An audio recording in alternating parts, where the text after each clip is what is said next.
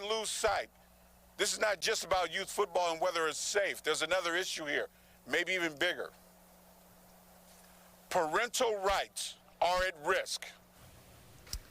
Lawmakers, parents, doctors, and coaches took to the steps of the state capitol in Sacramento today. This is in opposition of Assembly Bill 734, which sought to ban children under the age of 12 from playing tackle football. Not long after that presser and a veto threat from Governor Newsom, the bill's author announced he would no longer be pursuing the ban. State Assemblymember Laurie Davis, she represents Laguna Niguel. She took part in today's press conference. She joins me now with more. Thank you, Assemblymember Davis, for being with me tonight. I did hear you loud and clear when you took to that podium today. Before we get to your perspective, I want to get your thoughts on the fact that Assemblymember McCarty pulled the bill. Well, I can tell you, we started out this morning with the bill having the ability to move forward. And by the end of the day, and I think it had a lot to do with the parents speaking out, the coaches speaking out, that you could say that this bill is now sacked. That's a really good sports or football analogy, of course. Do you consider this just an all-out victory? Are you done pursuing this opposition? At this point it is, because it won't go any further this year. It can always come back into next year. But I think really what's important is that we realize that California has got some of the strictest regulations and probably the safest rules when it comes to, tackle football for youngsters. And it's something that I think Congress should look into.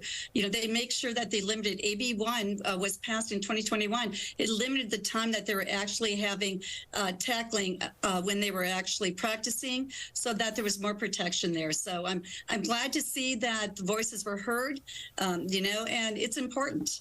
How much do you think, because Governor Newsom, he talked about that in his statement, and that, of course, was saying that he will veto any such bill, and he made a point to call out in 2019 when he signed into law the California Youth Football Act, which provides significant protections for those youngsters out there. How much do you think his voice influenced McCarty? You know what? I would say that we actually worked as a team. I think it was great that he was able to come out, give the support to the parents. But I think also with us having this, and knowing that we were going to bring it up last week, put some pressure. And I think that was good pressure. So being able to have the governor come out and then have us basically talk about why it's so important so it doesn't go any further. We don't want him further. We don't want him to have to get to the point to have to veto it. And I think with, today's press conference, we were able to do that. It's a victory. Let me ask you, why do you think that this was such a controversial bill? I think that the main thing is it gets down to, again, parental rights and the government and the state making decisions where really it should be the parents. As government, our job is to protect, oversee, but make sure that the parents have the right to be able to protect their children. So I think that's just it. We have certain issues that it's our job to do, but it's not to be taking decision-making away from parents, not in California. Now, Assemblymember, we have about less than a minute to go, but I'm certain that McCarty will be, working with the governor to tighten up those safety protocols that are already in place. Will you have a say in that conversation? Do you see yourself inserting yourself there? Obviously, he's pulled the bill, so that should stop at that point. But I think what's really important is that the parents and the coaches have part of that. Yes, we will be there supporting them 100%.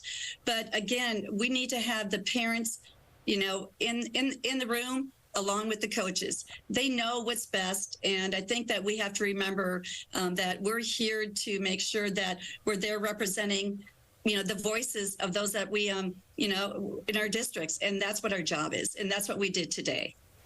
Well, I know that you serve on the Veterans Committee. I want you to know that each and every Friday you're wearing your red today on this Wednesday. But I here at Fox 11 and many of my other colleagues, we wear red on Fridays to remember everyone deployed. So I'm going to salute you in your red and thank you for being with me tonight. Assemblymember Laurie Davis, thanks so much.